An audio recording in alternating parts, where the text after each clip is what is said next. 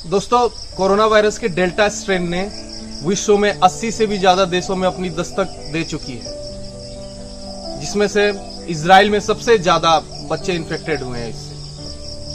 हमारे देश इंडिया के 8 अलग अलग राज्य में 40 से भी ज्यादा केसेस आए हैं। आप नंबर ऑफ केसेस पे मत जाइए, 40 भले ही एक आंकड़ा है, बट ये एक संकेत भी है, क्योंकि जब corona virus, novel corona virus का पहला केस हमारे देश में आया था केरला में, तो हमने काफ़ी इसे लाइटली लिया था। बट उसके बाद आपने देखा था कि इसने हमारे देश का क्या हश्र किया। तो आज इस वीडियो में हम जानेंगे कि डेल्टा प्लस वायरस है क्या और इस स्ट्रेन की ताकत कितनी है, और क्या ये पोटेंशियल थर्ड वेव को भी बढ़ा सकता है या थर्ड वेव को ला सकता है।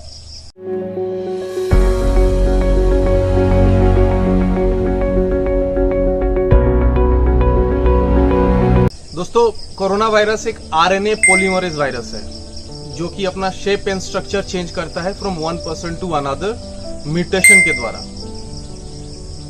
डेल्टा प्लस वायरस का सबसे पहला केस जम्मू एंड कश्मीर में आया और ये अब हमारे देश के 8 अलग अलग राज्य में इसके केस में काफी बढ़ोतरी हो रही है, जो कि एक चिंताजनक विषय है। तो आज हम जानते हैं कि डॉक्टर्स कैसे जीनोम सीक्वेंसिंग के द्वारा इस डेल्टा प्लस वायरस के खिलाफ लड़ रहे हैं, और हम जानेंगे कि जीनोम सीक्वेंसिंग होती क्या है। जीनोम सीक्वेंसिंग से हम जेनेटिक इंफॉर्मेशन देखते हैं जो कि एक पर्टिकुलर डीएनए स्ट्रैंड में होता है। इसका मतलब यह है कि साइंटिस्ट इससे पता लगा सकते हैं कि हमारे कौन से जीन्स कोरोना से अफेक्टेड हैं और कौन से नहीं, जिससे कि हमें कोरोना के अलग अलग स्ट्रेन्स के बारे में जानकारी मिलती है और हम उसके हिसाब से तैयारी कर सकते हैं। चलिए अब जानते हैं कि डेल्टा प्लस वायरस है क्या और ये नॉर्मल कोरोना वायरस से क्यों ज़्यादा खतरनाक है। जो पहली कोरोना वेव आई थी उसे अल्फा वेरिएंट कहा गया और दूसरी को डेल्टा वेरिएंट। तो जो ये डेल्टा प्लस वेरिएंट है वो दोनों का कॉम्बिनेशन हो सकता है, और ये एक म्यूटेंट है जो कि दोनों के मुकाबले ज़्यादा पावरफुल हो सकता है। ये ज़्यादा तेज़ी से फैल सकता है, ये बहुत ईजिली फैल सकता है।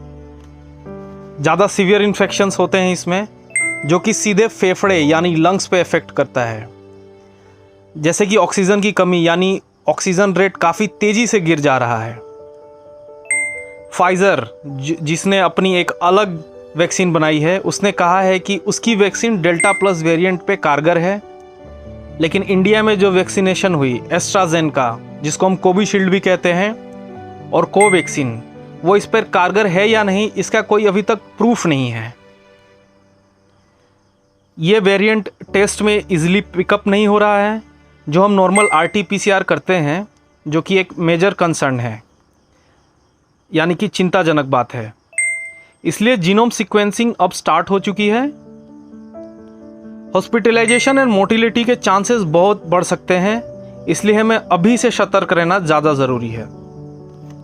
अगर आप केसेस के देखें तो स्टार्ट हुए थे 7 केसेस से, जो कि फिर बढ़ के 22 हुए, फिर 42 हो गए, और ये एक्चुअली अभी तक सारी टेस्टिंग हुई नहीं है, तो ये एक डेफिनिट नंबर है नहीं। ये नंबर्स हमसे छुपाए भी जा सकते हैं। डेल्टा प्लस वेरिएंट बहुत ही तेज़ी से फैलता है। अगर हम किसी इन्फेक्टेड पर्सन के आसपास से भी गुजरे बिना मास्क के या बिना प्रिकॉशंस के, तो ये एयर के थ्रू भी ट्रांसमिटेड होके हमें इन्फेक्ट कर सकता है।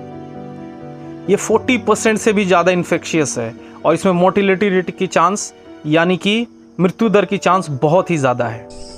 तो क्या delta plus strain third wave या थर्ड पीक को बढ़ावा दे सकता है? जी हाँ, इसमें क्षमता है कि ये बिल्कुल बढ़ावा दे सकता है। चलिए जानते हैं कैसे। अगर बात करें फर्स्ट वेव की, तो जो पीक थी वो 17 सितंबर 2020 को आई थी, जो कि 93,735 केसेस तक गई थी। वहीं सेकेंड वेव की पीक 29 मई 2021 को गई, जिसमें 4 लाख केसेस पर डे तक काउंट था। तो अगर बात करते हैं दोस्तों, जो हमारी थर्ड पीक है, वो अगर हमने ज़रा सी भी ढिलाई की और प्रोटोकॉल्स एंड प्रिकॉशंस नहीं लिए, तो delta plus variants third wave एक ऐसा भयानक पीक तक जाएगा, जो कि सितंबर या अक्टूबर के मंथ्स में स्टार्ट होगा, और पर डे 2 से 5 लाख केसेस तक जा सकते हैं। और ऐसा एम्स के रिसर्च में पाया गया है, all India institute of medical science, जिसमें मोर्टिलिटी रेट, जैसे मैंने आपको पहले बताया था, मृत्यु दर भी बहुत ज़्यादा बढ़ोतरी हो सकती है। How to prepare for third wave, third wave के लिए कैसे हो तैयार?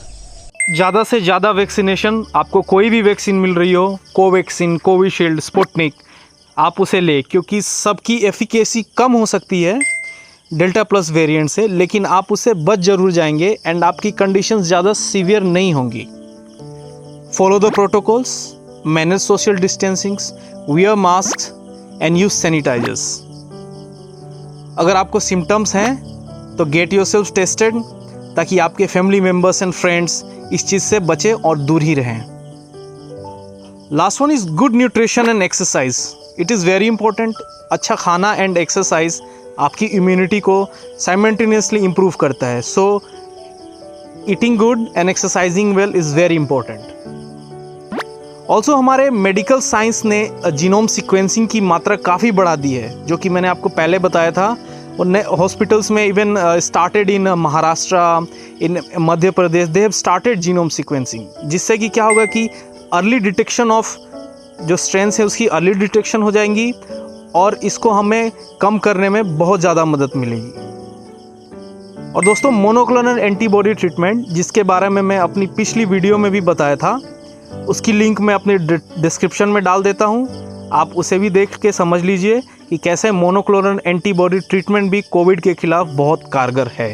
जाते जाते मैं यही कहूँगा कि कोरोना वायरस को या उसकी थर्ड वेव को हम और आप ही मिलकर हरा सकते हैं। गवर्नमेंट को ब्लेम करने से अच्छा है क्यों ना हम खुद ओबीडियंट बन के अपना वैक्सीनेशन कराएं।